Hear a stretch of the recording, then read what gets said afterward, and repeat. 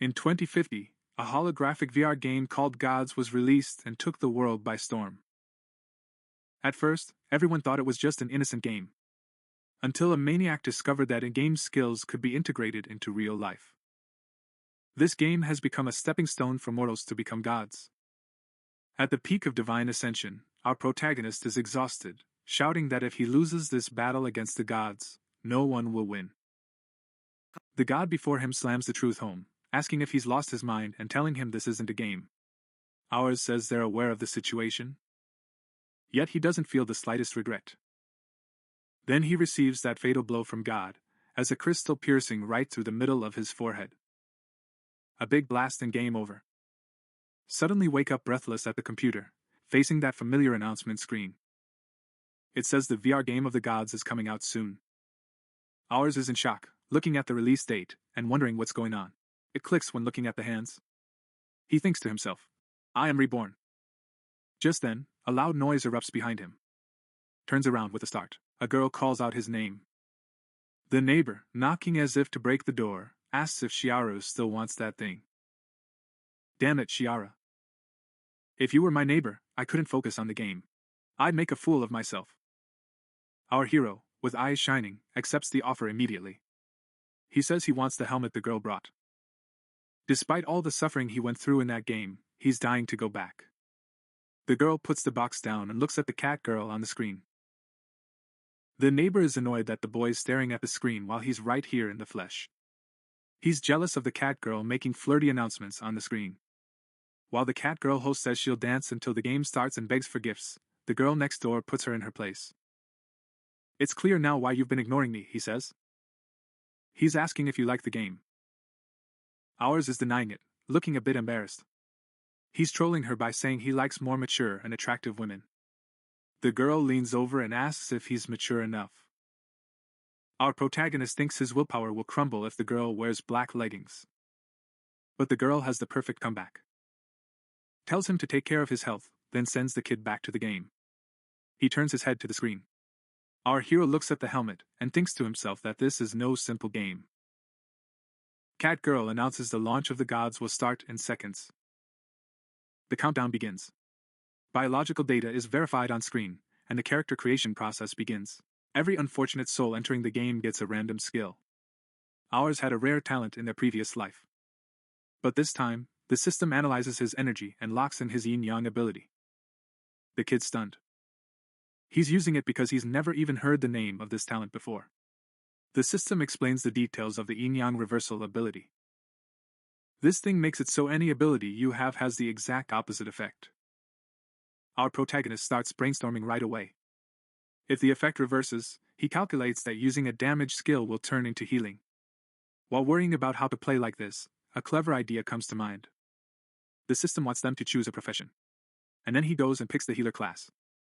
He plans to deal massive damage by reversing healing with his reversal power. The system wants a character name. He chooses the name Zhangshan. So he takes that ambitious name, which in Chinese means the mortal who kills gods. Teleporting to the starting village as player 1001. The rookies gathered around are staring at the graphics and all, looking for monsters to hunt. Ours knows the code, so they're just focusing on that yin-yang thing. Just like in his past life, he starts with 10 stat points in every attribute. Since she's a healer, she has the power to heal. Normally this skill doesn't deal damage, but the healing amount is equal to the damage of other classes. The system intervenes, announcing this skill can be modified and reversed using yin-yang. Plus, inverted skills get 50% stronger at level 1 and 100% stronger at level 10. The best part is, this healing ability doesn't consume much mana. He uses the system to defy his elder right away. And that innocent healing spell turns into a death machine, burning creatures for 30 points plus 150% of your power. Our hero, an experienced player, knows the game's math well and realizes how insane these numbers are. It doesn't even count level 10, it'll increase by another 50% there. He's already itching to clash with the rising gods. First things first, he needs to farm incandescent horns. He knows an NPC will appear in an hour to give a special quest. Since no one's awake yet, he'll be the first to arrive and take it all for himself. In his past life, He was late and had to settle for a crappy buff. But this time, he's determined to play for the top. He immediately casts a healing spell, his new death blow, on the creature charging at him. He dodges, pops another heal, and the creature hits the floor. He needs to heal 4 times to take down a creature, and considering the time until the NPC arrives, he's sure he'll grind enough. 2 hours later, our protagonist sent exactly 800 creatures to their graves and gathered 700 horns into his inventory. This is a crazy effort. It's more than enough to get that legendary buff from the NPC. When it's time to turn in the quest, he runs into a few rookies on the way. These guys, who just heard about the mission, are excitedly dreaming of getting an ice buff. One of them starts talking like a know-it-all. He says cutting down these creatures is no easy task and points to our protagonist as an example. Because ours walks right past them in silence with his head down. People think he's clumsy and pathetic, but that NPC in the city square is absolutely mobbed with everyone trying to form a party. Creeps saying they only accept cute girls into their self-promoting tank guilds and female players using their charm are all over the place. As a girl passes by our hero, she notices he's a healer and immediately clings to him. Hi, how about a warm, cozy group? Our guy flatly says he doesn't like groups and leaves the girl right there. Should the poor girl be upset about losing the healer she found or about being rejected? Besides, the guy was handsome, you know, but the nightmare doesn't end. Another girl comes, then another one after her. It's as if they all agreed to line up just to join his group. Finally, a blonde tank. Her senses seem off, so go over there, sweet healer. He's asking if you're looking for a team. He insists that if I join him, he can tank any kind of monster. Our hero is totally overwhelmed, unable to fathom why all these girls want to start a group with him. He firmly states he's not interested, and then drops that suspicious bombshell to get rid of the girls for good. She says she's not interested because she likes guys. After this big lie, he runs to the NPC to get the horn buff. Just as the NPC is about to explain the quest, our guy cuts him off saying, "Here, I've got it all," leaving the poor NPC frozen in shock. The mission had only just begun. But now that the job's done, there's nothing to complain about, of course. The NPC takes the horns, saying the gods will grant him a favor, and completes the quest. It heralds that the gods will grant him a great blessing in this life. And our hero is waiting curiously to see what kind of favor he'll get. Then, a goddess's voice rings out. The child gods from another world saw your deep faith and love. Congratulations. And you've won the blessing of Cupid. Ours collected more horns than anyone, so he's excited, thinking something solid is coming. With Cupid's blessing, you'll get various buffs when partying with the opposite sex. It's like a joke. 50% reduction in skill cooldown, 50% decrease in mana cost, and a massive increase in the quality of dropped items. For every woman added to the group, these effects increase exponentially. The system is basically calling you a king if you build a harem. And if you reach max affinity with a party member, the buffs go crazy. Realizing he's being forced into a team, our hero asks if he can cancel this power-up and swap it for something else. This isn't a goddess of love, she turned out to be a total goddess of spite. Don't forget you just told every girl in town that you like guys. He begs the goddess to take it away. But the NPC hits him with a staff and chases him off, saying, "Get out of here!" Unfortunately, no returns or exchanges. You'll have to accept your fate. He looks at the girls he rejected and sighs. If I knew it would be like this, I wouldn't have turned them down. Now where's he going to find someone? Looking around, he sees that dim-witted, naive blonde knight. The poor girl has already joined some other guy's group. Poor kid thinks hunting monsters is better with a handsome guy around. But she feels strange there. He stands there not knowing what to do. Right then, a window opens in front of him. Player Jiang Shan invited you to the team. But they can't accept it because they're already in a group. She wonders if that's the same sweet boy from before.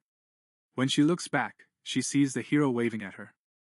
She turns to the people next to her and drops the bomb by saying, "Sorry, my friend is here." He says, "Can you find someone else for your team?" and leaves the group that second. Our hero notices the girl appeared in the group because he sent the invite earlier. He thinks things would have been easier if he'd found it a bit sooner. Forming a group might be harder than you think. He'll head to the village entrance and try to find someone. Otherwise, he'll just waste his time. Just as he's leaving, she puts her hand on his shoulder and says that legendary line. Wait for me, kitty. It looks like our hero has become some kind of god in the girl's eyes. And the long-awaited invitation is accepted. Our guy is asking if you weren't already in another group. The girl also says they're dating. Now that the girl is in the group, it's sending the shameful notification to the system. Cupid's blessing level 1 activated. Our hero says let's go. I'm going to take you to hunt some monsters. The girl's former teammates are really upset about this situation. It especially bothers them how the girl clings to the healer. Someone's talking behind my back. And I thought she was a different kind of woman who didn't care about looks. Turns out he's just as shameless. When they reach the Green Plains, the girl was still a kitten. He's asking if we can collect red horns. Ours says it's too late, and he can't afford it. And he wants that kitty to stop talking. Now she's starting to call him Brother Jiangshan. He's whining that there are no monsters here. Ours says wait, they'll be here soon. Night falls, and a level 5 wolf emerges from the darkness. The night girl is terrified, of course. The creatures are 3 levels higher than him. He's going like, I'm a level 3 knight, and you're a healer, we're screwed. Ours tells her to calm down and just enjoy the view, while acting like he's already handled everything. With the healer skill, he deals exactly 120 damage. They don't stand a chance, the health bar just drops instantly. Her eyes are shining, the poor girl thinks she's facing a pro gamer. Normally, even a level 5 mage only hits for 30 to 40, so how is this healer dealing 100 damage right to the head? Did this sneak start cheating? But the girl immediately and naively pushes those thoughts out of her head. He's just kidding himself, thinking a massive global game like this wouldn't have any cheats. It's not just about the insane damage he deals. The guy is dodging everything like he's in the Matrix. Even the other so-called professionals. He can't be this agile in virtual reality. The girl starts licking her lips, and the thoughts in her mind are wicked. He plans to milk this guy until he's dry. Lost in his own little world, Brother Jiangchen is posing as if to say, look at me, totally oblivious to the creature sneaking up behind him. Poor guy, our boy's gonna fail if I don't warn him. That silly knight manages to turn at the last second and parry the first attack. But will the monster stop? He nails the second one right away. While the girl couldn't even react inside. It drives him crazy how this guy escapes as smooth as silk. Our main character tells this ditzy blonde to focus. While the girl is shaking with fear, she innocently wonders why the entire map was pulled over her. Adam says he's doing it to keep her alive, but his real concern is not losing that sweet bonus feature she gives. It's all emotional, you know? The girl feels guilty and keeps apologizing, but he couldn't care less and just cuts her off. And he snaps at the girl, saying, stop whining, stop watching me, and just do your job. The girl's circuits are fried. 15 minutes later, our guy even drops the wand he's looking for. The quality of the item is top-notch. Because he carries this naive girl around as his lucky charm. While our hero says that's enough, the poor girl is cheering, completely unaware. He's celebrating just because he reached level 4.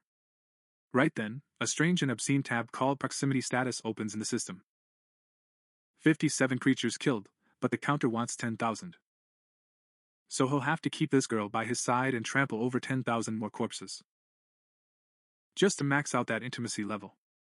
And when that 10,000 score fills up, things are definitely about to get wet and steamy. While Jiangchen was lost in thought, he's calculating the difficulty of slicing 10,000 creatures when a monster suddenly appears. A level 5 wolf boss. At this stage of the game, when no one can even kill a normal monster, this boss is a total killing machine. If he succeeds, he'll be a first for the server. And he'll pocket those sweet achievement points.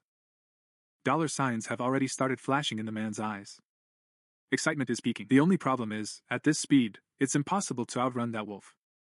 He needs to think of a scheme fast, like super fast. He turns to the blonde and explains his devious plan. I'll aggro the boss and kite him around. The moment I give the sign, open the shield and catch it. That thick head of yours will definitely help absorb the blow. All she has to do is stay calm and be useful. But our boy though. She blows a kiss at the creature with healing magic to get its attention. The wolf is running like it's rabid, but its health isn't dropping a bit. While the creature is still midair, our guy fires off 4 more bigger ones at it like a machine gun. He's shouting at the girl to open the shield and hold that beast off. The poor girl's trying to hold on, using the shield for cover. And he takes a solid hit. But ours had already predicted where the blow would come from, just like forecasting the weather. That's why the girl is standing exactly where she needs to be. While the guy keeps spamming healing spells on the monster, the bastard's health is still around 80%, and he's coming right at us. They're shouting to raise shields and keeping up the hit-and-run tactics. And finally, the beast bites the dust.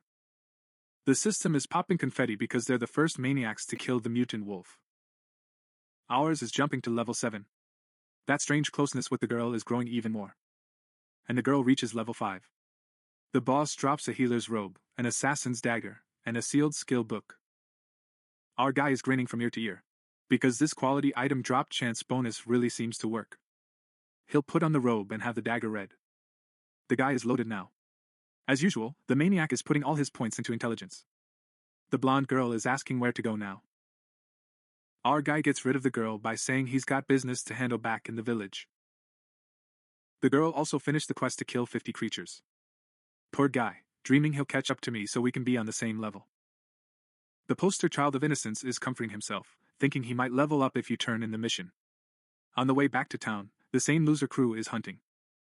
While Jiangqing dances with wolves, these types are still chasing chickens.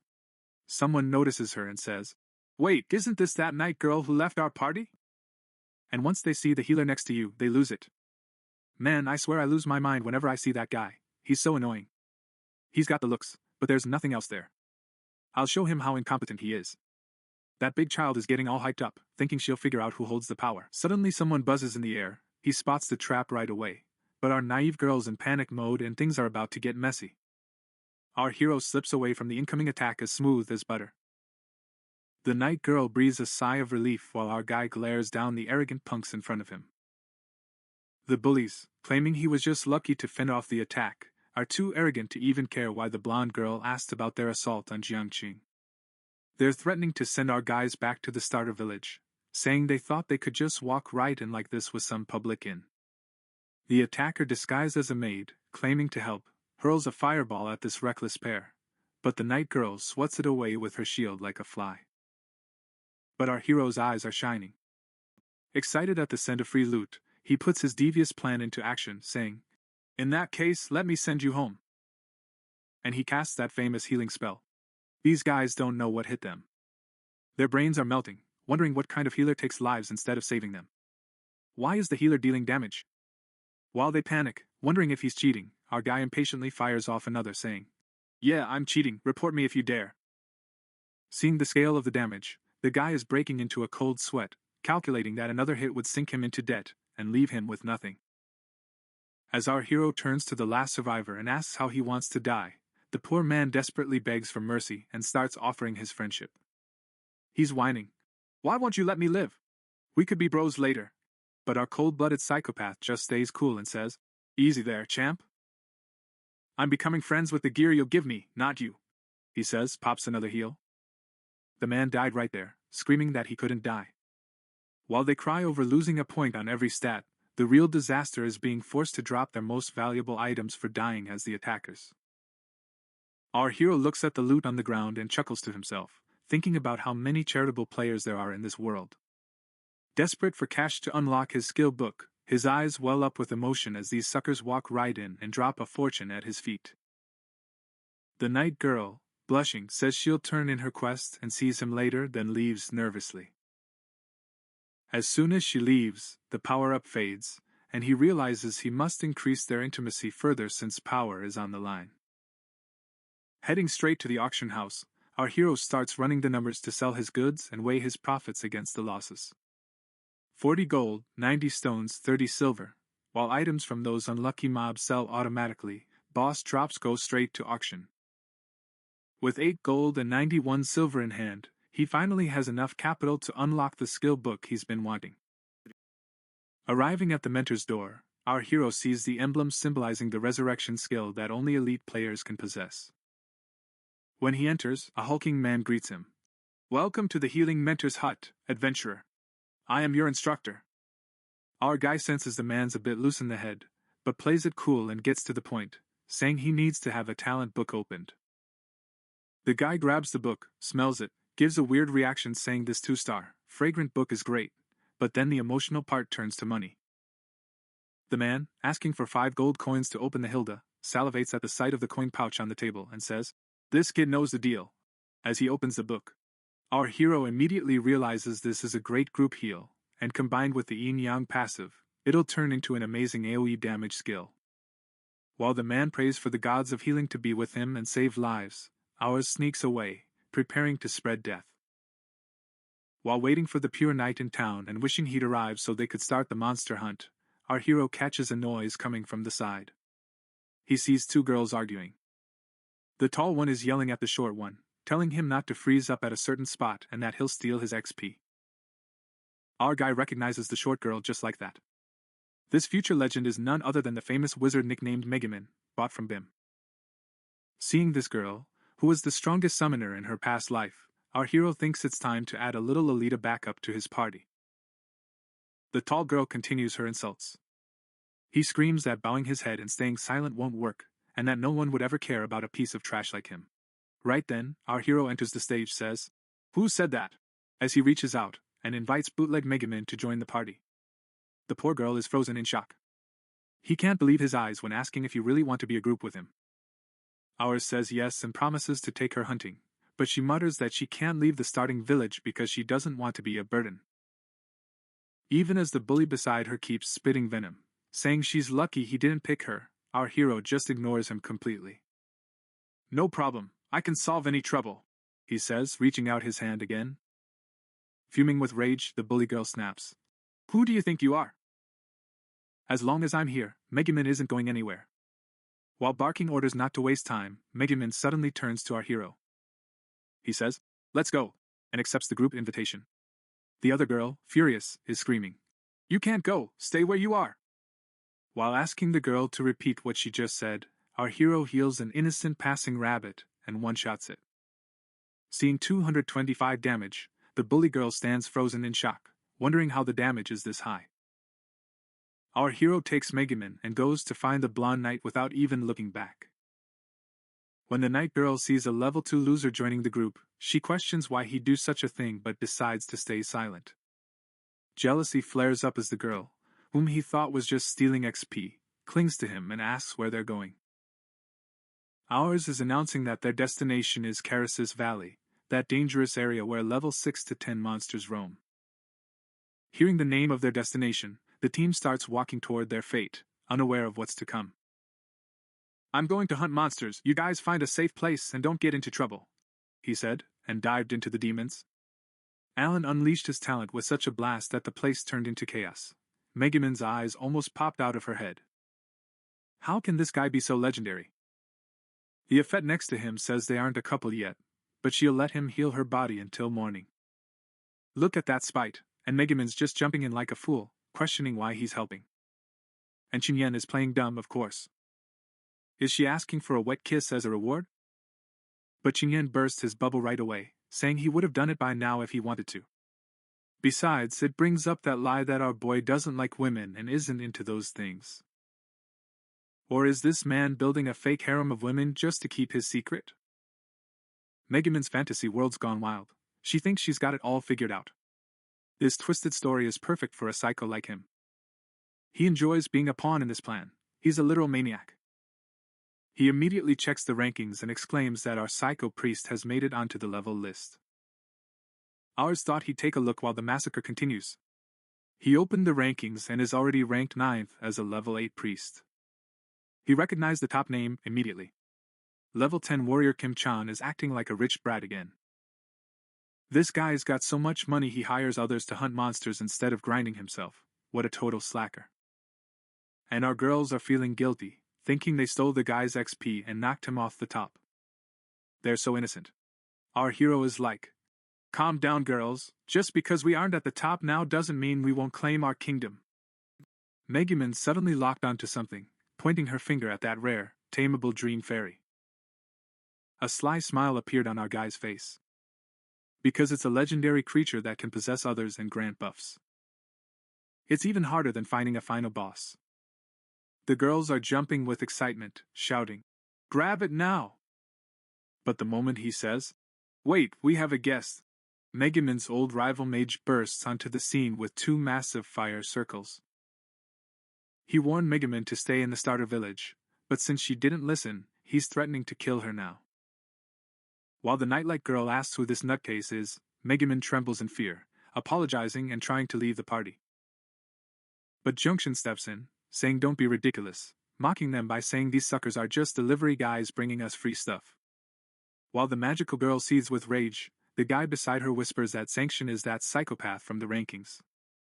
But who's listening? They think you're just a healer, and nothing without the guards by your side. What a huge mistake. Zank's out of patience. He says, "Come on, let's get down to business, we've got levels to climb." The sorceress girl says, "If you're looking for a fight, I'll give you one," and offers the three assassins double the money, ordering them to attack. The guy up front doubts this trio will be of any use, but the money is sweet, of course. Just as our guy tells the night girl to do her thing and be the shield, a fireball appears in midair. This was the moment he'd been waiting for. Since they attacked first, it's legal to loot their gear even if he slaughters them all now. He reversed the group healing spell, instantly dealing 240 damage to everyone. Fools didn't know what hit them, they died before they could even scream. Xinyan and Megumin can't believe their eyes. In just seconds, everyone's been sent back to the spawn point. The magical girl is in shock, like, "What just happened?" But the guy next to her yells at her, "I told you not to mess with a ranked player, you idiot." The assassin there still hasn't figured it out. His brain is fried, poor guy is just trying to make sense of it. They think a priest can have damage skills and assume the girl knight did it. They still haven't caught on yet. Back in the mountains, Zhangshin is out to catch the creature. He says there are two ways: use items or trust your luck. Luck means entering the taming challenge. He heals the girl and puts himself into that mental battle. If it takes even a single hit, the game is over. To catch this fairy, he must find the truth amidst the illusions. The problem is his health is slowly draining. He has to find that damn fairy before it hits zero. But ours did its homework. The fakes follow a route, while the real one just goes with the flow. Moving to a spot where he could see everyone, he squinted his eyes and instantly spotted the truth wandering like a loose cannon. Once the spell hits, the dream fairy is in your inventory. When she woke up, the girls swarmed her, asking if it was all over. He explains he's trapped in an illusion and tries to summon the fairy. The talent gained is a short-range teleport with a 5-minute cooldown. The moment she merges with her fairy body, a divine light shines on her forehead. Her charisma is off the charts. The girls are practically worshipping the guy. This guy isn't human, he's a literal god. They got into the mood. He was shocked when he saw the integrated capability. Thanks to Cupid's blessing, the cooldown has been cut in half. It feels like a cheat code. Now he'll be able to slay monsters much faster. But when he looks up, he notices the girls staring at him like hungry wolves. He had a stone-faced expression, but why were these girls still looking at him as if they were hypnotized? After a while, they returned to the fields like slaves again. Our hero was wondering why these two were acting so silly. The girls were still drooling with admiration. Before long, they dropped a bow that could be sold on the market for exactly 50 gold. Then suddenly, a massive level 9 boss appeared right above them. Megumin seemed to have mastered the game, knowing the creature inside and out. While I explained all the monster's abilities like an announcer, our boy took his hat off to this nerdiness. He asked if you've ever fought this creature before. And the girl, of course, snapped back with a no. Turns out he memorized all of this by studying the official guides like a nerd. But they needed a warrior to take this creature down, and ours was no warrior. The thick-headed knight thought he could block the girl with his shield. But Megumin warned that the monster could wipe the floor with them using its crowd control abilities.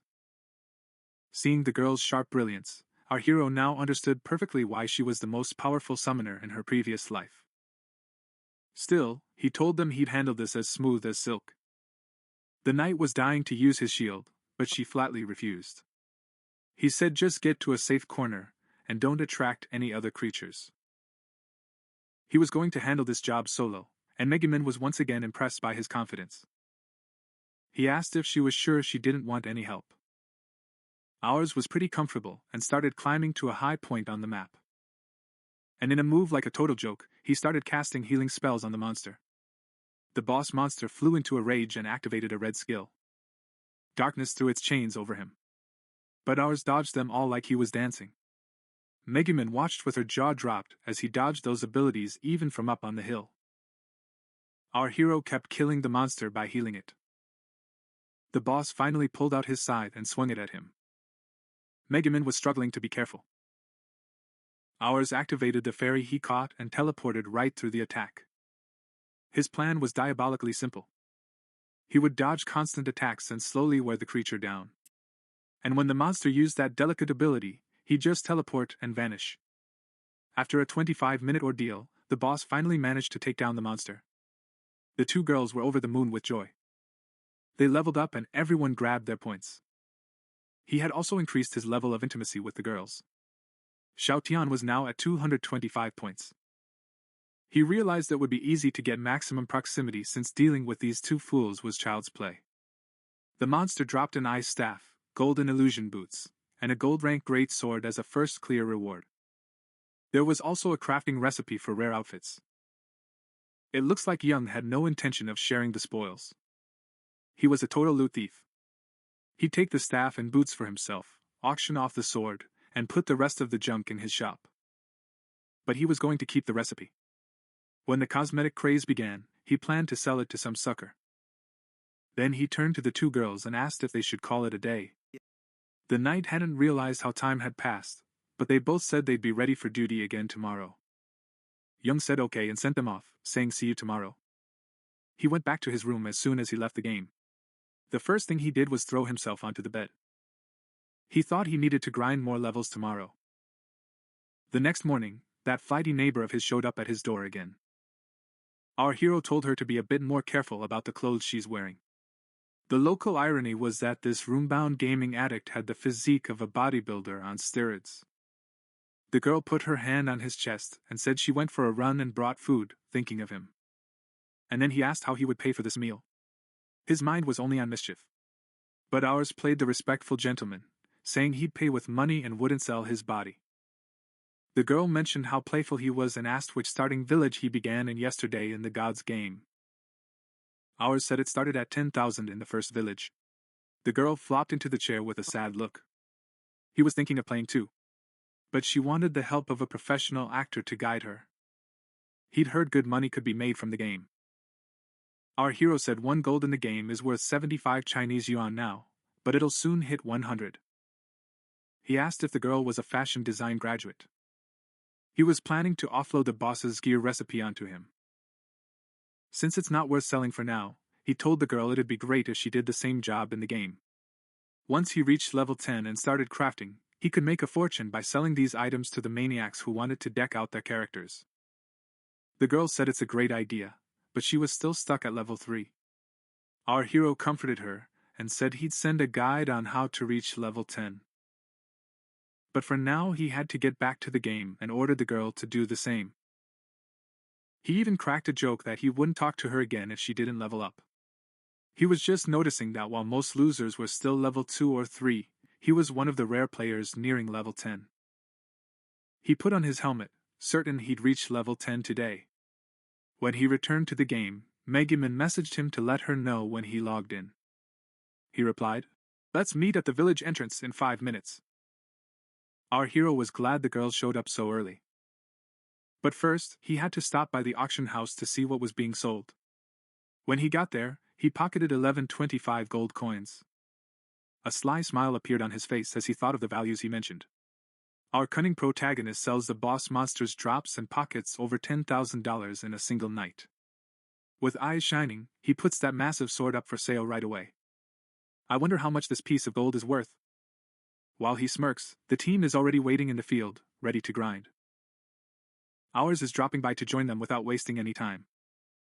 Our innocent night girl is out of it, she's sleepwalking, poor thing. He stared at the screen until 3 in the morning just to keep up with that maniac Jiangshan. But the battery is dead. She's whining that if she doesn't get her beauty sleep, she'll turn into a zombie. Right then, Megumin pipes up. The update to the game's bestiary has livened things up. Unseen creatures are appearing everywhere. Megumin says all players who hit level 10 are stuck in a place called the Ancient Shadow Realm. When the knight asks what that is, Megumin hits him with the bitter truth. This is the game's first dungeon, and there's no escape. If you want to get out of this rookie village and make it to the main city, clearing this dungeon is a must. Or you'll stay here for the rest of your life. Ours knows it from his previous life, of course. Normally, this dungeon would be cleared for the first time tonight at midnight, but would he let anyone else have that loot? Never intended. That's why he was up at the crack of dawn. Turning to the two girls with an evil grin, "Get ready, my slaves, we're going to hunt more." He's giving that look. To succeed, the girls need to act as live bait and draw the entire map towards them. The poor souls, unaware of what's coming, accept it all too willingly. The plan is simple. The girls will run like crazy, rounding up monsters and bringing them to him. And the knight will be a solid wall, absorbing impacts with his shield. Then our guy will send them all to the other side at once with that famous area heal. Scene changes, the girls are running with the monsters. Look at the state of your clothes. They're looking at me with terrified eyes, wondering if this maniac is going to get us killed. They doubt the man can manage this chaos. Ours is in a great mood. Seeing her performance, he thinks to himself that she wasn't the best host in her past life for nothing. And with that momentum, he unleashes his ability right in the middle of the monster pack. It's total chaos. Boom, level 10 secured. With this milestone, the yin-yang ability's damage skyrockets by 50%. They say once it reaches 20, it will increase by 200%. This character is literally a cheat code. Drunk with power, our hero's eyes are rolling in their sockets. Turning to the girls, "How are you guys doing?" He's asking if it's still a long way to level 10. Megumin just turned 9. He reports we need to do manual labor for at least 3 more hours. When Yang heard this, time is money. He tells them to stop whining and sends them back to the slaughter. After 3 hours of blood and sweat, they reach the dungeon's gate. People are gossiping up a storm out there. Even the strongest guilds went in, got slapped, and came back. Nobody has been able to conquer this dungeon. When the night girl sees the crowd, she's shocked like, "Whoa, it's like a rally." But Yang realizes most of that crowd is just fluff, and few have even reached level 10. Even those acting like pros are still stuck at level 6. Our girls look at each other and think the same thing. This guy's a walking cheat, we have to stick to him like a leech. Our hero, with a, "What are you staring at?" look, gives the command. "Come on, get inside." People are whispering behind their backs. "Look, isn't that the crazy healer team from the rankings?" Wow, they're all talking behind their backs, saying how brave they are to enter the Shadow Realm with only 3 people. But of course, what people really care about are the 2 babes by his side. They're bursting with jealousy. But there's something they don't understand. How is this priest gaining experience faster than everyone else? Those girls must be carrying him. I mean, what can a healer really do anyway? Poor things, they're analyzing it all wrong. Our team steps into the bronze-ranked ancient Shadow Realm. They walk toward the door, but the place is deserted, not a single creature in sight. The knight asks where the monster is, but Jiang ignores him. He says, "Get onto these platforms." When Megumin spots an empty platform, Jiang gives her a, "No kidding," look, turns to her and says, "Call that creature of yours and have it sit here." Turns out the guy had it all figured out. He just wanted to use her talent for this. The poor girl calls over a stray dog and stands it up on the platform. The second he steps on that, the system activates. The barrier blocking the way lifts, and bam. Level 10 skeletons are popping up like mushrooms. It has archers and mages. Knights, assassins, it's like the Champions League. Our knight girl is getting cold feet. Are we seriously gonna fight all the classes? He asks. Megumin has other problems. He's seriously upset that the entire mage class is being represented by a drooling dog on the floor. It's like Professor Jiang is giving a lecture. Each skeleton uses the abilities of its own class. He says, "Watch out." Our knight girl's self-confidence is at rock bottom again. While we're crying, saying we can't cut these, Megumin's eyes are sparkling. "Don't be ridiculous. We have a pro player with us. It spends these in a second."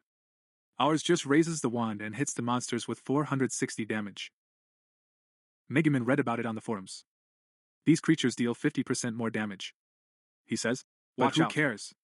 Only a nutcase like Jiang can handle this." Our hero, with that cocky smirk, says, "Let's speed things up a bit. You know what the sweetest part of the job is?" The guy's abilities deal true damage. Since it's a healing spell, it ignores armor and goes right through them. Right then, the inbox explodes. Players are lining up for that famous blood-tied sword, saying they'll pay whatever it costs. The game's global chat has turned into a marketplace. There's an auction war going on. The guilds are at each other's throats. Everyone's trying to hike up the price. Sell it to us and you'll be tight with the sovereign guild. They'll always have your back. Promises like these are flying around. At that moment, Jiang realizes the sword is drawing far more attention than he imagined. While I'm wondering why people are so hungry for mere starter items, the penny drops. It turns out everyone needs that sword to get through the dungeon there and now. Our clever hero catches on and decides to stand there for an hour just to troll the market. The moment the auction ends and that sword falls into the hands of some sucker, this dungeon will be history. Keep hunting for now. Every item dropped shines with a quality bond. It feels like they found a glitch. They're basically cheating. He knows he's about to turn the corner. Because people are pouncing on these items like starving wolves.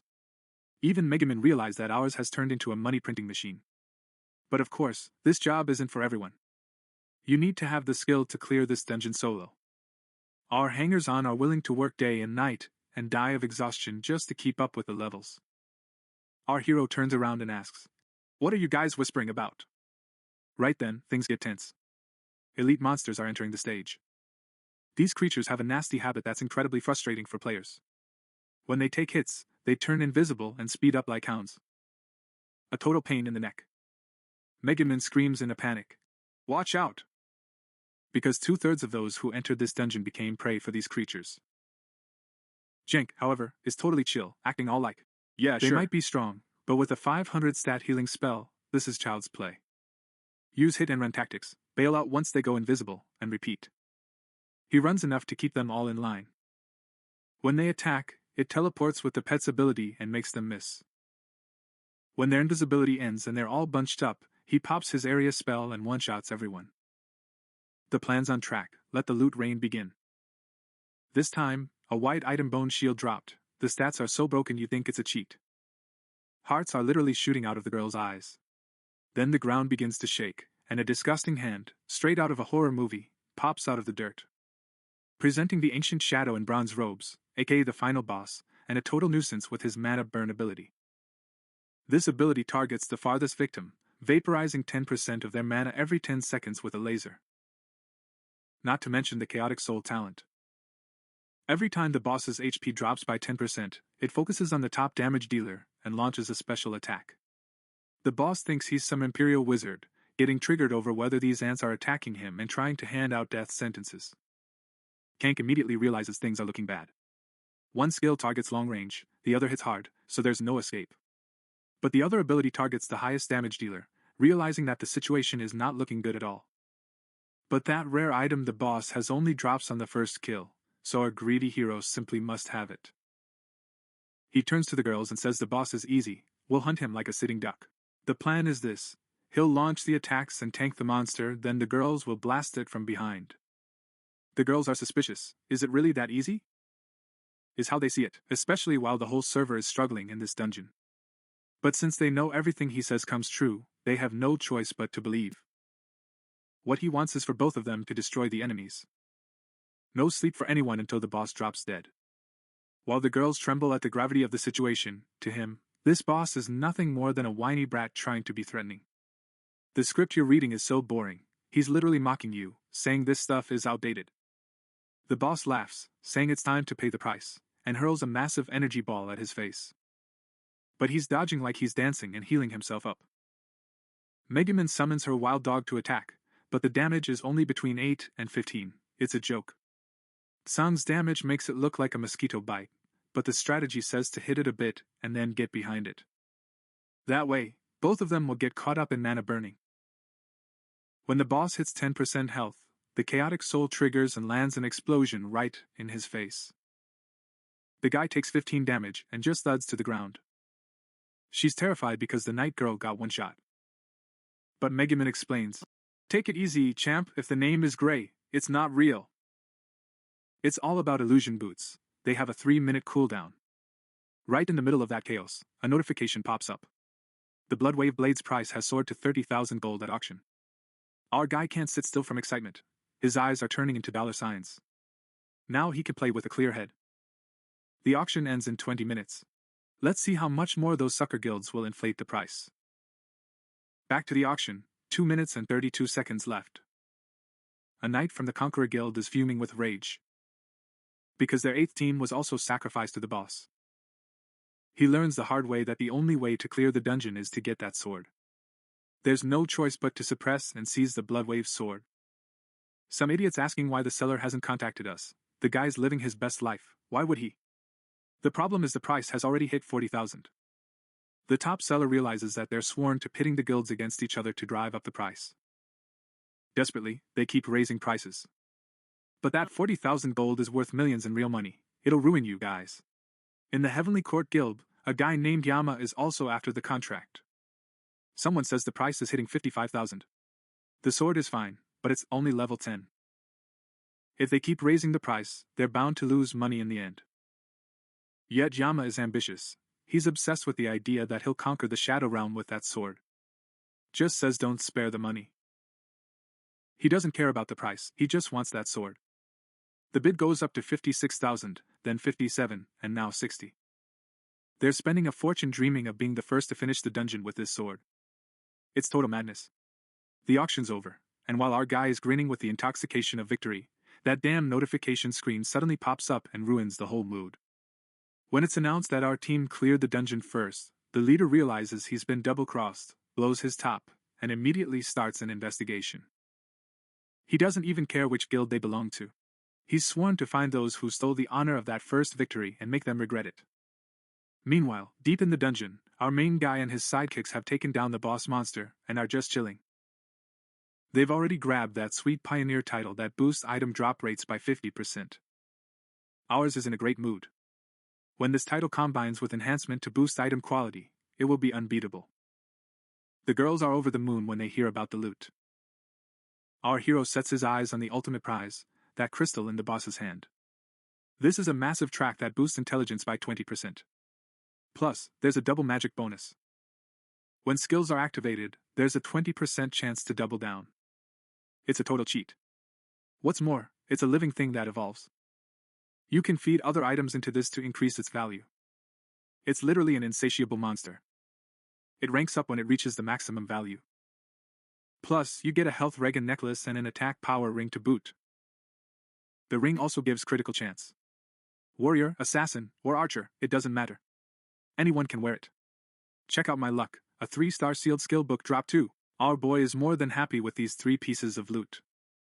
One will add to your strength, the other will extend your life. And what about that crystal ball? With its evolution trait and dual skill trigger, it's bound to be the enemy's nightmare. It can even take down high-level monsters in a single shot now. Normally this boss would drop a book, but let it be a gift from the goddess of love. He snagged some much higher quality loot. Still, he knows it'd be tough without that goddess's buff and those 2 girls with her. He couldn't have one alone. Give credit where credit is due. He turns to the girls and says he prepared 2 pieces of equipment for them as well. They're only bronze rank, but they'll do for now. Ours are still grateful and thanking them with big smiles. They were useless and grabbed all the good stuff. They're hugging each other, but the one they should really be hugging is our boy. Ingrates. But our hero is in no problem mode. After all, the auction house has an item registration limit. The jackal knows this. He needs to distribute and sell the extras. He'll even use that worthless trash to feed the crystal ball. Nothing goes to waste. Our work here is done. Ours is closing up the shop, saying, "Come on, let's head back to town." People are watching in awe as the team leaves the place. Since they won with only 3 people, it's only a matter of time before they're hailed as gods. While most other guilds stagnated due to incompetence, this trio managed to savor their victory. But on the flip side, things get a bit complicated. People already think all this success belongs to that famous night girl and have declared her number 1 in the country. As the crowd swarms the girl like it's a busy book signing, our sneaky guy slips away, whispering he'll find her later at the starting village before vanishing. A short while later, he turns to his aides and asks if they have any work to do. When they find out they're free, they warp right to Julu City. People are staring wide-eyed again, totally blown away by the city's graphics and realism. and our lead character delivers his famous line. The real game starts now. As soon as they break into a mansion, he orders the team to collect monster hunting quests from the NPCs. He has some small business matters to take care of himself, of course. Let the team hang out there for a bit. Heading straight to the treasurer's office. His intentions are clear. He'll open a shop to build his trade empire. When the host asks if he wants a table inside or out, our guy sets his sights high and chooses indoors. The man lays out the shop plans and layout diagrams before them. Our sharp-lead knows he can't sell everything at auction. He needs a shop to offload the leftover junk. Plus, when that girl in the apartment hits level 10, they're getting into the cosmetics business too. Well, I need money. That's why he's not holding back and says he wants to close exactly 6 shops at once. He's absolutely sure that area will soon turn into a trade hub, printing money like a mint. With the money he made from the sword, he's set for life. He can fund these shops for a long time. The official says the annual cost to rent all these shops will be 10,000 gold. Our big spender pays up and seals the deal without a second thought. His next stop is the priest trainer to unlock the 3-star skill book. When I knock on the door, a sweet voice from inside says, "Come in." This instructor named Evelyn is, how should I put it, physically quite fit and impressive.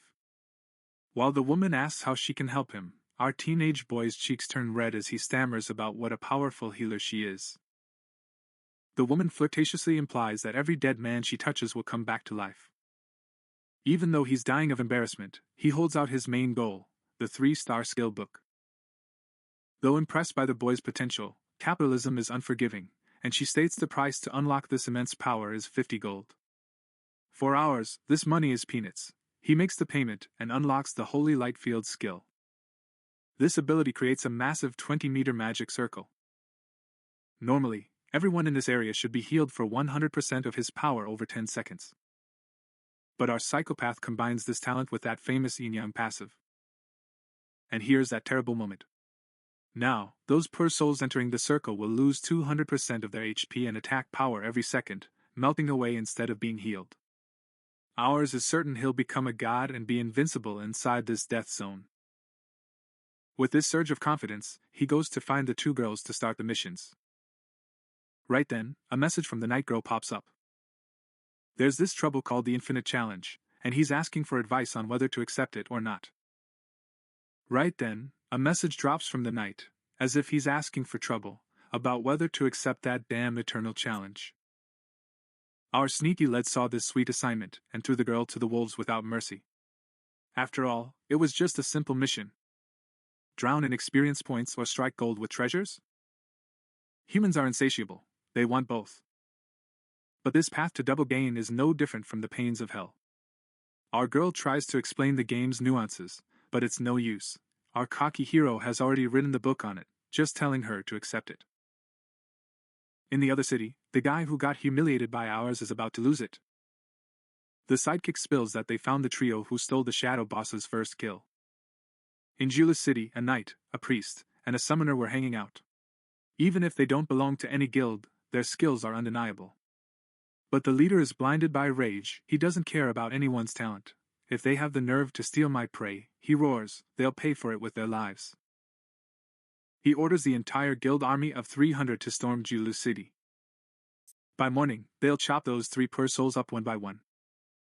A servant interrupts, suggesting it's a waste to bring so many for just 3 people, and that transporting men from the other city would be too expensive. But the leader, blinded by bloodlust, insists. They provoke them by stealing that first score. Now they need to give them a lesson they'll never forget. Otherwise, no one on that server would even look at them, and their reputation would be ruined. Back to our sociopathic hero, the system locks him into the Infinite Challenge quest. He needs to enter an A-class, level 10 Void Rift in that infamous nightmare forest west of Julin. They have to go in and cut down everything that breathes. Worst of all, this challenge can't be quit halfway, and if it fails, all rewards will vanish. And the best part is, there's a chance a rare item might drop. Despite that, ours stands there with a confident grin. When the girls ask about the reward for this hole, he finally spills the beans. The first crazy couple to clear this place gets double XP and items, so they better get ready fast. Because the show is about to start. Scene changes, they dive in, and a level 10 demon soldier stands before them. This time, the female knight will have to tank some hits. Fortunately, the hardware is solid, so it carries part of the load. Our boy tells the girl to forget about dealing damage and focus only on dodging. Megumi apologizes for being as useless as a potted plant right now. It can't deal damage or even grab attention. But our hero says it's no problem. Because summoners are total trash at the start. But once they reach level 20, they really start to kick up a storm.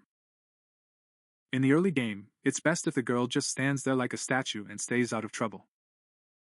Megumi knows his place, so he smiles and bows. For him, grabbing free XP from thin air is a godsend. More demons are swarming in, and finally, our knight girl is starting to truly contribute to the team.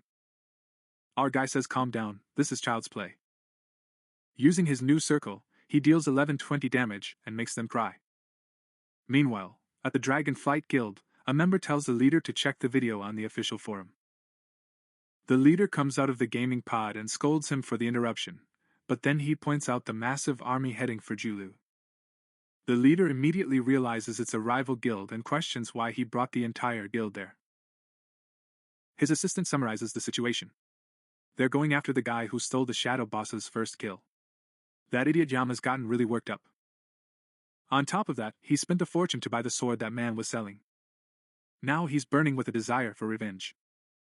But the leader says Yaman is looking at it too simply.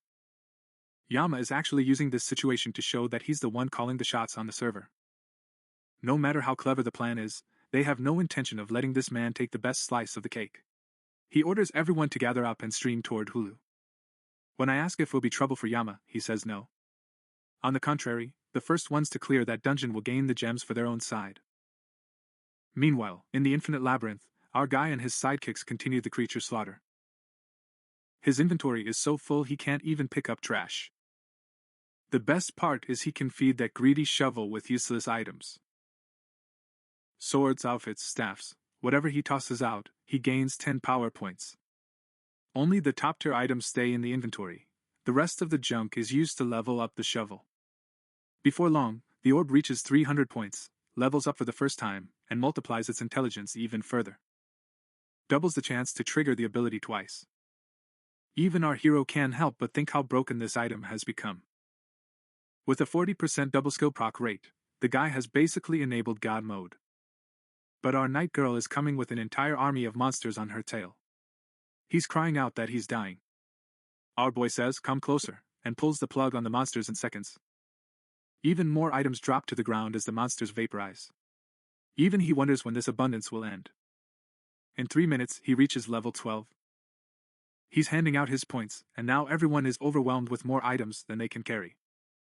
Our knight girl is grinning from ear to ear because she's gaining experience points like crazy. System hails the end of the rift. Just as they're about to celebrate, ours says it's not over yet.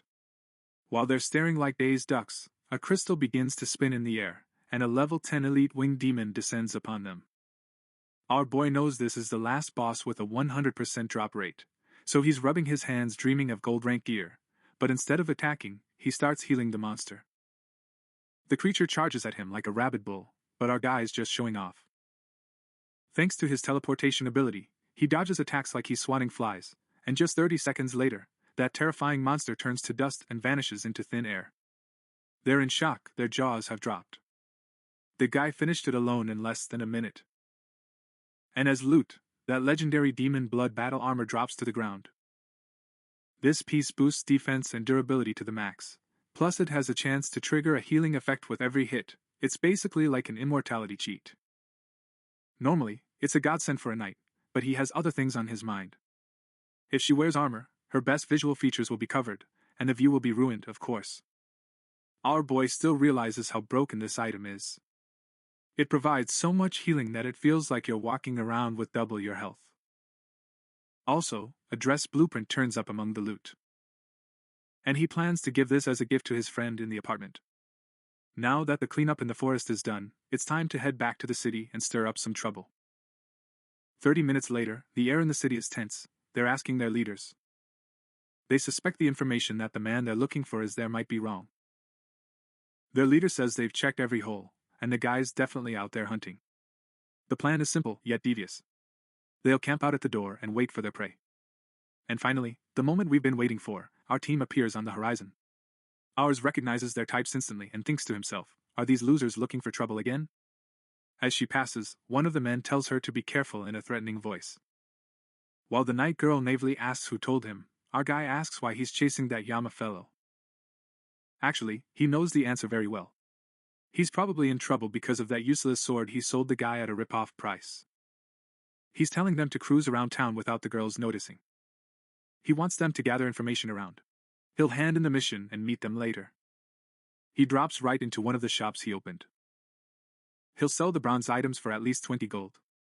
Putting the armor on display without a price just to make people burst with jealousy is such a total troll move. While he plans his next move, news arrives from the girls. There's a crowd of over 300 people gathered outside to execute him. It looks like multiple guilds are involved. It's a total witch hunt.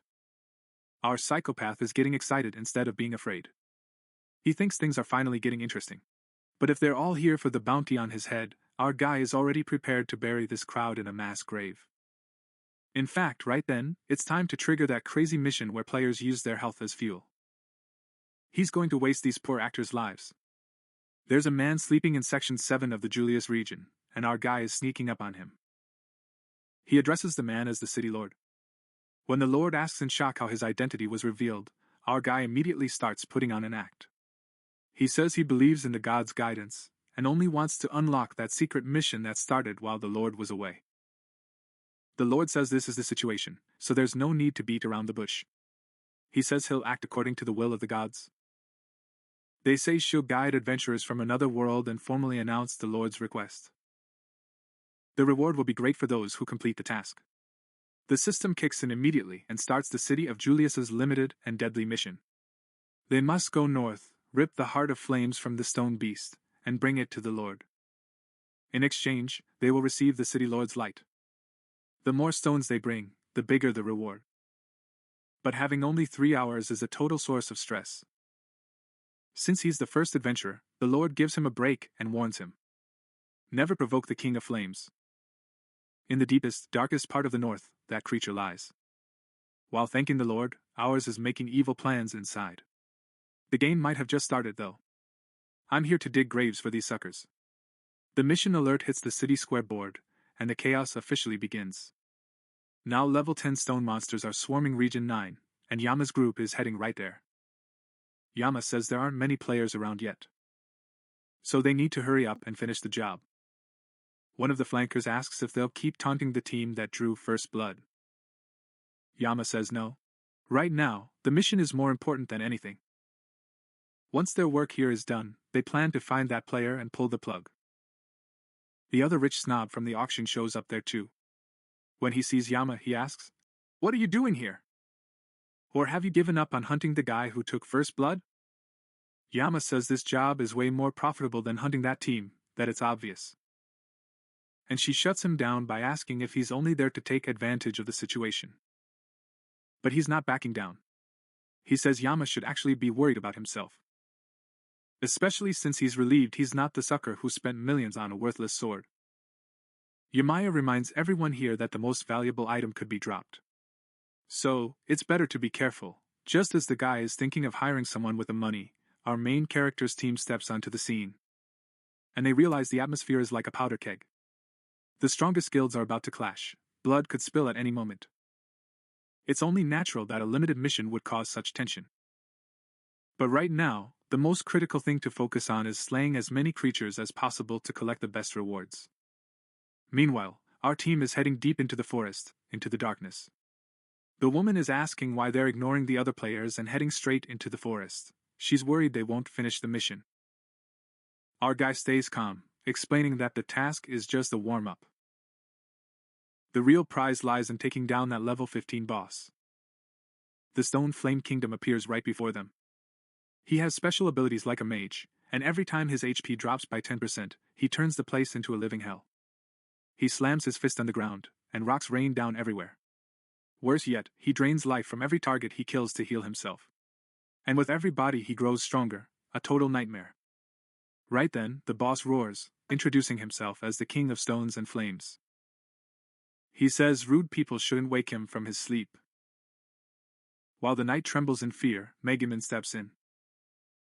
Maybe they'll mess up this time, but our boy is putting his plan into action with ice-cold composure. He'll lure the monster and drag it to the other side of the map. And at the heart of it lies a crystal of flame. The moment he sends the message, she needs to smash that stone. Ours casts a healing spell on the creature and challenges it, saying, "Come on, let's fight." The creature leaps out of the hole and pounces right on him.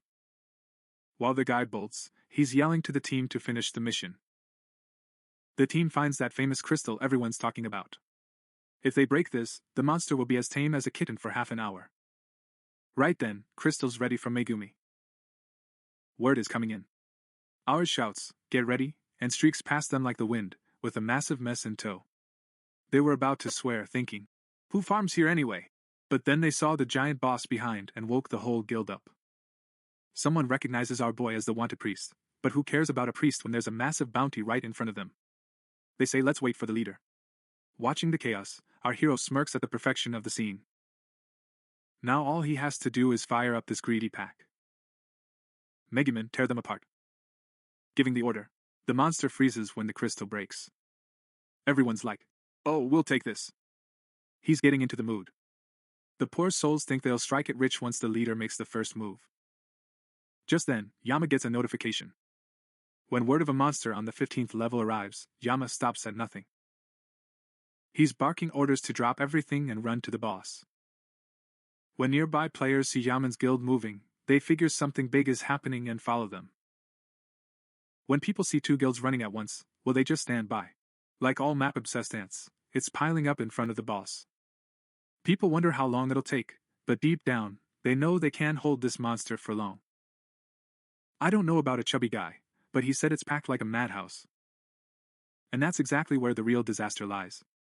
The boss's health is low. Everyone's drunk with victory. Support incoming. That's what they say, but there's a never-ending stream of people coming and going. Enter the area and slice through everyone except allies. Giving the order. Everything is about to turn into a bloodbath. The big guilds have surrounded us. They won't let a fly pass. Yama explains with a grin that he's already set things up with the other guilds. We'll make the final hit, get ready. Then another large group from a different guild trickles in. The ones coming are the region's big shots. They say let's share the prize and dive in together. Solo players are getting hyped, thinking they can get a piece of the action too. They're putting a wrench in Yama's works. Yama realizes the guy's intent is to stir up trouble, but his hands are tied. Nothing can be done. As he raises his sword and orders the attack, he's asking us to fire a like on the video. Click that bell so your brother Mamoru can make even tastier content for you. I'm out. Part 2 is on the way. Last episode ended with Yaman's order to attack. Do you remember? Everyone started diving at the creature like suckers. Our guy's plan was to take advantage of the chaos and grab the goods. The knight and Megumin are speechless at the sight of the crowd. But Megumin gets what's going on. He realizes our psychopath is using the boss as bait to take out Yaman's entire team. Ours looks at me like, "Get it?" and drops the bombshell. This boss has a knack for exploitation. So, a total vampire. So he heals to full and gets stronger with every player he kills. So many players. That means so many snacks for the monster. As the number of victims grows, the creature's power will skyrocket. Megumin now realizes what that broken crystal was for. It turns out it was all to give a false sense of security. Ours timed it so perfectly, it's a total disaster. The boss's health is down to 30%, and just as I think it's over, the creature triggers its terrifying ability. Stones are flying through the air, people are running for cover. Yama's panicking, screaming for everyone to fall back and hide until the spell ends. But it's too late now, kid. The monster's already feasted on the buffet and recovered its health. The creature is nothing like it used to be. It's back like a beast. Yama is strangely happy because his rivals are dying off. He thinks if the others die, the reward is all his. Anyway, 2/3 of the crowd there, like 300 people, are his own men. That sly fox is trying to take command, telling other guilds he'll protect them if they submit to him. People are desperate for their lives, so they have to accept, but they have one condition. They say whoever lands the final blow gets the reward. Yama quickly organizes and has the knights in front raise their shields. The creature is attacking like it's rabid, but for now, the defensive line seems to be holding and order is restored. The white-haired guy sees the damage and acts all cocky, thinking he's already won it. Yama manages the team like a conductor, pulling back the low-health ones and subbing in the fresh ones. Their healers and tanks are coordinating perfectly. When everything goes smoothly, Yaman's confidence hits the roof, of course. They think the boss can't regenerate health anymore. The night girl turns to him and says anxiously, "I think they're going to take the first hit." But our boy whispers the truth with that creepy grin of his. They're struggling in vain, they don't have a chance. Megumin asks in shock. The damage from the magma rain might be hurting them, but with a devious grin, ours whispers that's not the only reason. He adds that he noticed the dungeon boss's attacks are getting faster. Now, even those who once escaped those deadly blows no longer have a chance. That explains it's part of that damn crystal they activated. As the boss weakens, his rage grows and his attacks get more brutal. As soon as his health drops to a critical level, he'll evolve from silver to gold rank. They both know perfectly well that killing a gold-tier monster this early in the game is impossible. Even Megumin feels sorry for these poor guys, seeing them struggle and toil away. The poor souls are completely unaware of the disaster about to strike. Yama's eyes are fixed on the health bar. The indicator has already dropped to 10%. Everyone's lying in wait to steal that last hit and snatch the loot. The assassin is strutting around. He's absolutely sure he'll finish the job. The monster's HP drops to 7%, then down to 2%. But suddenly, the monster begins to glow with a golden light. Everyone's looking at each other in shock, wondering if it's the effect of that final blow. But when they look closely, the sight is chilling. The health bar is completely full.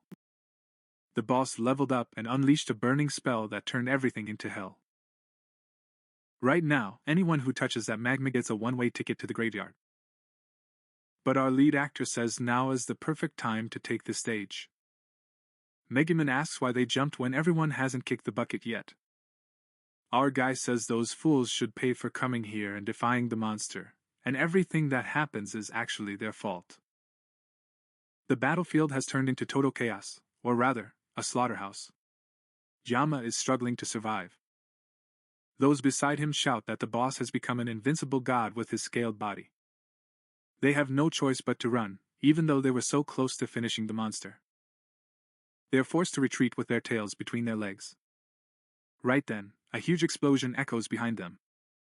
As soon as he opens his eyes, he sees our hero and his team coming straight for them. Poor guy thinks he's hallucinating before he dies. As he collapses, our guy thinks to himself that this man is much more of a loser than he imagined. When Megumi asks what to do, he calmly says they'll wait for the creature to return to its lair. They'll attack again as soon as the boss resets.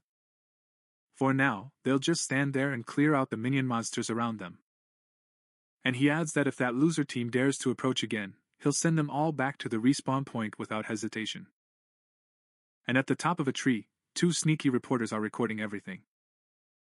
But Jiangchen has already noticed those mice. Reporters are talking among themselves about how this team drew first blood in the shadowed dungeon. They're sure he's going to pull some kind of trick here too. But if they try to follow them, that guy is definitely asking for a free teleportation beating. The trio is moving toward the boss's resting place. Megumin anxiously explains that after turning gold, the monster gained a new ability, and will be a total pain to take down. Because of this damn skill, every time the boss loses 30% of its health, it spews deadly lava everywhere. Jiangchen tells her to just stand back and that he'll handle everything. He assures the girl that the job will be much simpler than they thought. The two are questioning how this won't be hard and what would count as difficult. Right then, Jiangchen uses that healing spell and hits the monster for a solid 560 damage. He starts calculating the total damage he can deal, with the heals and that famous hexagon spell. He knows it'll take at least 20 minutes, but looking at the situation, it's way faster than the time that last big group spent. But Megumin begins to mourn, as the boss will soon use that troublesome ability. But Jiangchen dodges the attacks as if he were taking a stroll in the park. The girls are amazed at how she does better on her own than a whole group. Megumin says it's easy to predict where the attack hits. The real skill lies in controlling the character so flawlessly. Jiangchen really is a total professional. The biggest problem with those guilds was they had many weak links that let the monster regenerate health. This caused the boss to keep getting better. But since our guy is there solo, the boss has zero chance to regenerate health. As soon as its health hits 8%, the monster starts its famous magma rain. And having long been used to this, Jiangchen activates his illusion ability. He vanishes and gets away with it as smooth as silk. The boss uses another skill, while he drops one more heal. After a series of attacks, he says it's time to end this and lunges for the monster's head. Reporters, dying of curiosity, move a bit closer to see what he's doing. They are left speechless by the sight they see. They're scared of a free teleport, but they can't help but watch. But the monster's already down, and that long-awaited message appears, congratulating him for being the first to take down the region's gold-rank boss. And this time, the girl with him really didn't do a thing. So our hero jumps to level 15, gaining a full 3 levels in one go. Loot is starting to rain from the sky. One of the first drops is a fire heart worth 1,000 task crystals. Plus, there's a cape that even looks really solid. Also known as the Demon Eater's Cloak. It grants 1,000 mana and a bonus to restore mana equal to 10% of damage dealt.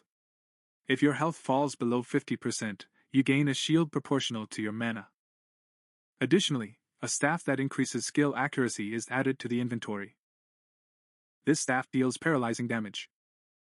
Also among the loot is the God's Skill Stone, used to upgrade a 3-star skill. Even Jiangchen didn't expect this much. He says he literally found a gold mine. Now with his self-confidence, that mana shield, and snake-like agility, he stands firmer than even the toughest tank. What does it matter if the paralysis only lasts a second? You can drive your opponent crazy by constantly spamming. At this stage of the game, the guy is literally walking around in God mode. An ability stone would be perfect, but no one can use it right now. Well, if that's the case, I guess the treasure belongs to our boy now. He levels up the hexagram talent without hesitation. Area is 5 meters, and damage increases by 50%. It's like a joke. Once all this chaos is over, it's time to head back to the main city. Let's see if there's any sucker who wants to try your junk. He's aware of the 2 sneaky reporters hunting him, but has no intention of wasting energy on them. They're finally giving up and leaving. But the female reporter already sensed that this priest was strange, that he was up to no good. Even with invisibility active, his eyes seem to pierce through the girl's soul. The frightened duo says, "Let's at least drag the monster's body and run. Otherwise, no one will believe this news." The forum's already heard the boss is dead, but the real killer is still behind a veil of mystery. Our guy tells the team he's going to meet with the city lord. He delegates tasks to them, telling them not to just sit around and to go level up a bit. The moment he bursts into the lord's room, the man recognizes him. Oh, adventurer from another world. Welcoming like kings. When asked how many crystals he collected, Jiangchen slams the gooey heart the boss ripped out onto the table. The NPC's eyes are going to pop out of their sockets. He says this is the true warrior's trophy. An ordinary reward won't cut it. Ours is acting all humble like he doesn't want much, but he's got schemes running through his head. He just wants a mysterious class change book for everyone on his team. Lord, however, puts on the brakes, saying, "Whoa, that's too much, you're overdoing it. There are only a few of these books in the city." Our boy flips his drama switch right away and starts guilt-tripping his poor friends just to get them thinking. "Lord, stop this theater." He interrupts, saying, he says he can fire off 1 book at most, and maybe a little growth potion with it. And when the blessing of Jula's city is given, his eyes shine like dollar signs. "My lord, you are such a legend." Ignoring the lord, who tells him to hand over the bag and never show his face again, our guy leaves there with a big grin. The city lord turned out to be really generous. It opens the doors to a brand new profession related to that mysterious book class. Growth water increases experience by 100%. The lord's blessing adds 10% to your stats within the city limits. He literally used a cheat. He's sure things are going to get even crazier. He immediately turns to Megaman and sniffs the air in the city. After so many losses, the guilds are getting restless. They are burning with a desire for revenge. Most people saw rumors exploding online and their leaders hitting the ceiling. They're asking what the hell we'll do if they attack us. Jiangchen says they're asking for it, and it's time for a lesson, but since his team is weak, he hides them in the manor and jumps in front of the wolves alone. Just gather the quests. Meanwhile, a snitch spills the priest's location to Yama. Yama, the kid thinks he's got enough guts to wander the city all by himself. Poor guy, he has no idea who he's dancing with. He must be underestimating the guild's power. Watching that thief who drew first blood suffer will be sweeter than honey. He orders them to gather their men and come by hand to make this guy regret he was ever born. They enter a dark alley in the city. They're asking if the information is reliable. Snitch him in, it's a dead end, he says the rat has nowhere to run. Just as they burst in, Jiangshan steps out from the shadows with a smirk. I heard you were looking for me, boys. People recognize it right away. That damn priest who unleashed this magma boss and ran away. At that moment it clicks. It's obvious the guy is doing this just to sabotage his missions. When Jiangshan smugly says you failed to take down the boss because you're pathetic, they lose their cool. You'll pay the price for messing with the Senate Guild. They roar that they'll blast a fireball in your face and send you back to the starting heaven today. He's facing swordsmen, assassins, you name it. Poor guy, all alone against an army. But ours, instead of being afraid, mocks them by saying how eager you are to die. Anyway, I needed a guinea pig to test my new skill, he says, dropping the evolved hexagram right into their midst. The ones in the middle take a full 12,000 damage to the head. People are in shock, shouting how a priest could cause such a nuclear impact. Jiangshan, on the other hand, is disappointed. Darn, I need tougher monsters to test my skills. He's upset they all got one shot. But one of them threatens. This is a safe zone, you idiot. Guards will be all over you now. Ours shrugs, saying, I don't know if I'll die, but you're definitely kicking the bucket. Tombik finishes off the man on the ground in seconds. City guards appear in a cloud of dust. Violence is forbidden. Break the rules and you'll pay the price. That's exactly when the system kicks in. With the Lord's blessing, he has the right to cover up one crime a day. That's some torpedo, as soon as it activates the effect. The roaring knight just turned into a kitten. Great Lord, I didn't recognize the ghost, forgive me. Forgive me, have a safe trip, he says, and gives a salute. Ours waves at them and makes a cool exit. Darn, he regrets that we can only use this outfit once a day. Now it's time to snag that mysterious job, but first he needs to top off his stash with blue mana potions. He pockets the teleportation stones and heads straight for the auction house. Clears the inventory in half an hour and makes a killing, thanks to capitalism. Then that damn system voice echoes in his head again. Are you in for a mysterious and rather suspicious quest for a class change? Ours just smashes the accept button without a second thought, of course, and then that ominous writing appears before him. The Burning Flames mission has officially begun. Things are messy in the ancient ruins south of Fire City. Under the shadow of a demonic formation, a massive conspiracy reeks of disaster. He needs to move step by step to foil the evil plans. The detail of the mission surprises him. The system usually isn't this generous. At that moment, a light bulb goes off in his head. He remembers that bloody event that took place in this city in his previous life. That nightmare where players are hunted down like flies. That was the first time they learned the game's city could vanish forever. In other cities, the flags of rebellion were raised, and everything was in chaos. Players had nowhere left to grind, just imagine the misery. They even made up cleaning tasks just to wrap things up. Though some were saved, the city of fire where he stood was ruined forever. The price of failure will be very high. Now he realizes some incompetent fool took this mission in the previous life, but messed it all up and got everyone killed. Right then, red alarms start blaring across the entire server. The announcement mentioning a carp named Dance in the Moonlight appears on the screens. He broke the seal of the mountains, triggering a catastrophe across the entire server.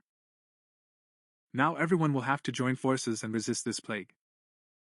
Demonic monsters are beginning their invasion. Our buddy has no idea what's going on for the first time. Let's go back 10 minutes ago to that clumsy girl. Our daughter is staring blankly at that crystal suppressing her demon powers. The seal has weakened over time, it's practically screaming for me to break it. When even the slightest nudge would do, our assassin, dancing in the moonlight, touches that hexer with the tip of his finger. And boom! The crystal shatters to pieces. The server's job begins with such a stupid mistake. To survive, the system immediately piles clues in front of them. Everyone who completes the mission will get 50 free attribute points, which is a massive boost. But if they fail, the one who started this will lose 50% of their wealth. The second clue makes the situation even more terrifying. Mushroom-like creatures will sprout up in the region. Countless demons, elite monsters, you name it, it's like a fairground. Even bosses who've reached gold rank will make an appearance. Our girl who started the quest starts trembling with fear once she realizes the gravity of the situation. Things are getting out of hand. Even the strongest players are only level 15. Given the level, this is a total suicide mission. If silver ranks are a pain, gold ranks will definitely one-shot him. But that's not the worst part. Now comes the real blow. It risks losing half of its qualities. Actually, he hasn't touched it yet. Clever little guy decided to stop at the last second and check the jersey. He sees the news while checking the server status. 3 crazy players took down a gold rank boss. We'll handle it when we see it. Fired up and confident, he ruthlessly activates that damn mission. That terrible announcement is being made across the entire server. The demon seal will be partially lifted for 12 hours. So the doors are opening. And 24 hours later, the seal will be completely gone. The first ones might be light snacks, but over time, it'll turn into a living hell. The creatures will grow stronger and stronger. So they won't let us catch our breath. The mission's objective is creatures. Before the 9 cauldrons are completely worn away, they must send that demon horde back to where they came from.